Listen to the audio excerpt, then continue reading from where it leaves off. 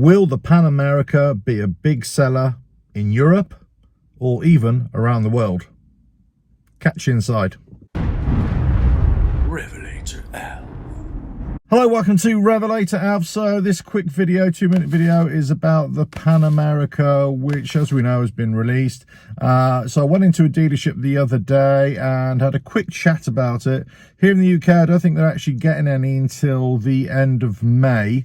I think pre-orders are going in, so by all accounts, quite a few people are going into dealerships and inquiring about the Pan America, and some are even putting pre-orders down as well. If you look on the website, essentially there are two variants. There is the Pan America, and then there's the Pan America Special. And the basic difference is the Pan America, the standard one is about 14,000 entry, and then the Special is about 15,500, I believe, depending on the paint scheme that you go for. But with the Special, you got semi-active suspension, front and rear electronic suspension, a few other issues, and more protection on the underside. But you've also got the option for spoke wheels, which is a factory option, and that's an extra £400. And you've also got that adjustable rider height for an extra £600. But you know, that's going to bring it into the region of about £16,500, and then you got any option extras on top of that, let's say luggage and everything like that. So it is suddenly bumping up this price to quite a lot. Now we've also got to bear in mind, I was reminded this the other day, actually, that, you know, the tariffs in Europe and the UK may change, may go up to about 56% or something. It's unclear whether UK are going to follow suit on that. So if that's the case, that's surely going to hike the price up as well for European customers or potential European customers.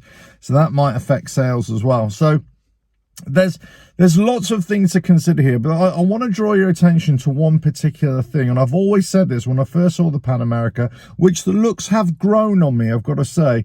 And whilst it is capable in terms of its off-road capability, just as any other big ADV is, here's the issue. Which I identified, as I say, a couple of years ago. Is it going to be robust enough? Is it going to be sturdy enough when riders are going to drop it? Okay, because this has actually been identified on one video which I saw, and most videos that you're seeing about the reviews, they're not really riding this bike off-road properly. Yes, some hard compacted trails, but that's not proper off-road riding, not that we would know anyway. And I come from a school of thought, I had a big ADV bike and I pushed it to the limit, and really just came to the conclusion it's just too big, too heavy, too cumbersome for serious off-road. Tracks and fine, it'd be fine, and this would be exactly the same for the Pan America. But one individual actually said, I forgot which website it was from, they said they've got to be careful when people are riding this bike now and testing it, really field testing it, when they start to drop it, what kind of damage it's going to cause, because they even identify there's going to be quite a few areas like the radiator, foot pegs, hand guards, all this kind of stuff that can easily be broken. So I don't think it's really going to be sturdy enough. So the question is, do they really consider this Pan America as a serious off-roader, or, as most adventure bikes, let's be fair to say, the riders don't ever really take them seriously off-road.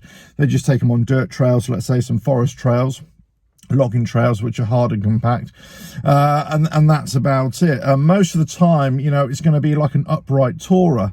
So the question is, if you're going to have it as a tourer, then why not just go for a better tourer motorcycle per se, with your traditional Harley Davidson or another brand, let's say.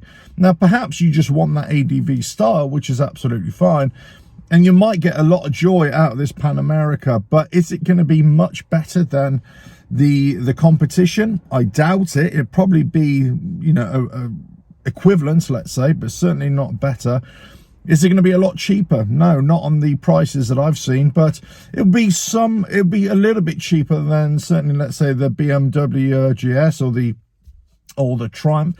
But a lot of the manufacturers, a lot of customers, they're actually stepping down from the big ADVs. They're going to the smaller CCs now as well. So that's something where the market might turn against this Pan America as well. But as I say, it's those optional extras. It's whether it's going to be sturdy enough. And as I say, in the UK, you've got the 2 variants, but the special with those optional extras, it's really going to be, you know, 15,500 to 16,500 before you start adding on extras as well. So it might just be a case that if you want to take this off-road and you do damage it, you might actually face a bit of resistance from Harley Davidson and the dealerships, because you're damaging the bike because you're taking it off-road within the warranty period.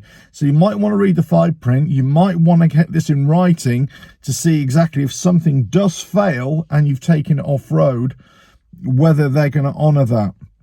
I've got a feeling that they're not expecting any of their customers or many of their customers to take this seriously off-road. So that's just something to bear in mind. But they'd be no different in that regard than, you know, other manufacturers as well.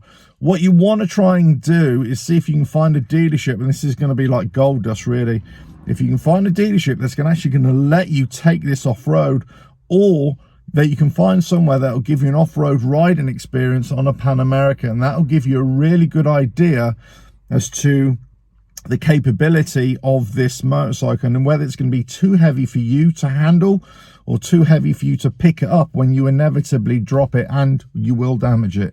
It's as simple as that. So anyway, listen, those are my thoughts. To say it has really grown on me from a looks point of view. The reports are saying it is very capable, and I kind of expect it to be capable in that kind of big ADV sense.